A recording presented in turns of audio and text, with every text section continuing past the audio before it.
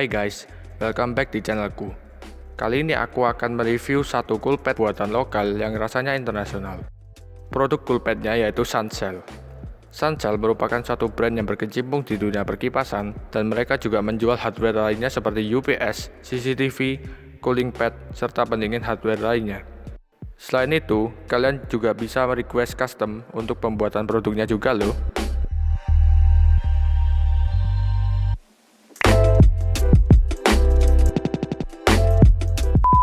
Kali ini aku mau membahas coolpad yang sudah aku pesan secara custom.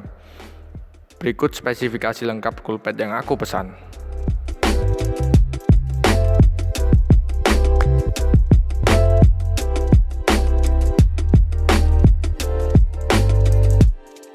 Dalam pembuatan coolpad ini, tidak bisa sepenuhnya dikatakan custom. Ada beberapa hal yang tidak sesuai dengan request saya.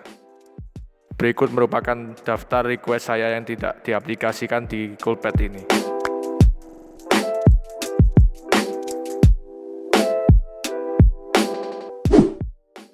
Yang pertama, di bagian atas coolpad, saya menginginkan dipasangi stand untuk mengatur ketinggian laptop supaya angin yang dihembuskannya tidak turun ke bawah lagi. Ternyata pihak Sunshell bilang tidak tersedia untuk opsi yang saya inginkan. Yang kedua, untuk bagian kabel manajemen, request saya supaya dipasangi cover pelindung supaya tidak menyetrup saat tidak sengaja kepegang. Ternyata pihak Sunshell mengatakan sengaja tidak dipasang cover agar saat reparasi lebih mudah saat memperbaikinya. Sebagai pengganti cover, pihak Sunshell menggunakan kabel string protector untuk melapisi kabelnya. Yang ketiga, di bagian atas coolpad saya request agar dipasang penyangga supaya laptopnya gak licin atau melorot ke bawah. Ternyata juga tidak tersedia untuk opsi tersebut karena model dari coolpadnya datar dan tidak ada fitur level ketinggian.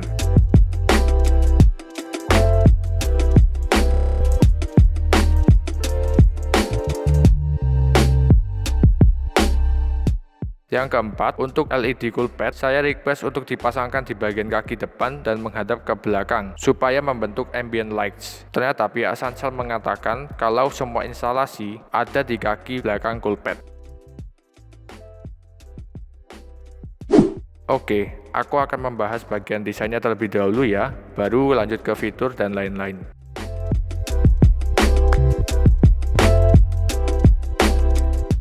Di bagian desainnya, menurut aku biasa aja ya, alias gak ada yang menarik dari coolpad ini. Mungkin ini alasan Sunshell untuk tidak memikirkan desainnya, tetapi lebih memfokuskan performanya. Karena kalau dibuat dengan bahan metal atau besi, mungkin harganya bisa lebih dari 500.000 guys. Jadi mereka menggunakan bahan yang lebih ekonomis. Sebagai pemanis, Sunshell menambahkan LED lights dan stiker karbon untuk menambah desain dari coolpad ini. Untuk fiturnya, coolpad ini bisa disetting kecepatannya mulai dari 1000 rpm sampai paling maksimal 6000 rpm. Semakin tinggi rpm-nya, maka semakin kencang suara yang dihasilkan. Efek yang ditimbulkan saat saya menggunakan maksimum rpm yaitu laptop saya menjadi lebih dingin, tapi ya gak dingin-dingin amat sih, lebih tepatnya anget ya. Untuk powernya, kebanyakan coolpad menggunakan USB 2.0 langsung colok ke laptop. Sedangkan coolpad Sunshell ini menggunakan adaptor DC 12V yang sudah include di paket penjualan. Selain itu, coolpad ini juga memiliki tuas pengatur kecepatan untuk tiap kipasnya. Jadi, kita bisa mengatur kecepatan fan-nya sesuai dengan kebutuhan laptop. Oke, saatnya aku akan membahas keunggulan dan kekurangan dari coolpad Sunshell ini. Setelah penggunaan kurang lebih 1 mingguan, dimulai dari kelebihannya terlebih dahulu, coolpad ini bisa meredam panas yang dihasilkan dari laptop hampir 40% daripada menggunakan coolpad kompetitor. Biasanya, saat aku menggunakan laptopnya untuk rendering tanpa coolpad, di bagian bawah laptop terasa panas banget. Setelah menggunakan coolpad ini, hanya terasa hangat saat digunakan pada saat editing dan rendering. Jika laptop berada di mode standby, coolpad ini bisa mendinginkan suhu laptop sampai 70%-an, meskipun menggunakan mode ultimate performance. Untuk kekurangan dari coolpad ini yaitu di bagian bodi, karena menggunakan bahan bodinya terbuat dari akrilik, tentunya aku harus ekstra hati-hati saat mengangkat atau meletakkan coolpadnya di meja. Takutnya letak saat diletakkan di atas meja. Kedua, Karena kipasnya punya kecepatan yang sangat tinggi, suara yang ditimbulkan juga sangat keras. Berikut ini merupakan suara yang ditimbulkan dari coolpad angin topan Suncell.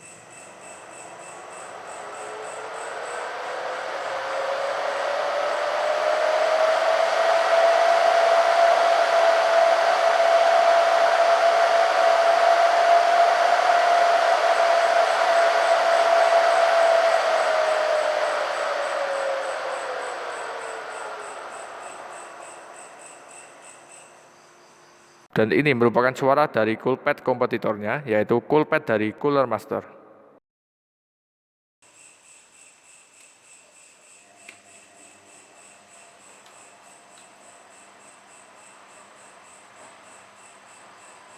Kelihatan banget kan bedanya? Ketiga, seperti yang aku tadi sampaikan, coolpad ini tidak mempunyai fitur level ketinggian kaki. Jadi, tanganku sering terasa pegal saat menggunakan laptop dalam jangka waktu lama. Tanganku sering sekali melorot dari meja saat menggunakan laptopnya untuk bermain game.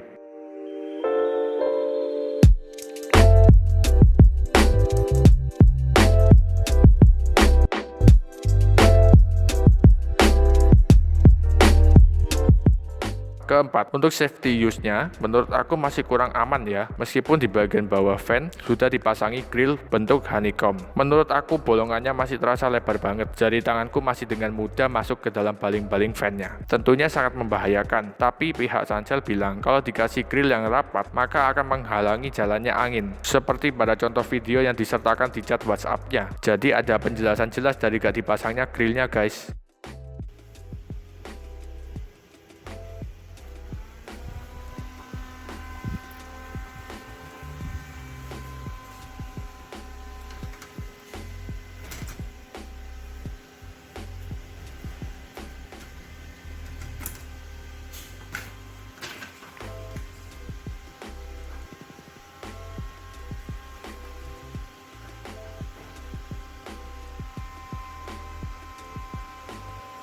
Terakhir, yang menurut aku paling mengganggu saat menggunakan coolpad ini yaitu kabel manajemen dari coolpad ini yang sangat kurang safety. Menurut aku lebih baik dipasangi cover dengan baut pengaman jadi aman dari jangkauan anak-anak. Harga dari coolpad custom Suncell ini dimulai dari 365.000. Jika kita mau custom tambah satu fan akan dikenakan biaya sebanyak 100.000. Setelah kalian menentukan jumlah kipas, kalian akan disuruh untuk memilih bahan bodinya, mau menggunakan akrilik transparan atau akrilik black mica. Jika kalian menggunakan akrilik transparan, tidak akan dikenakan biaya tambahan. Kalau menggunakan akrilik black mica, maka akan dikenakan biaya tambahan sebanyak 50.000.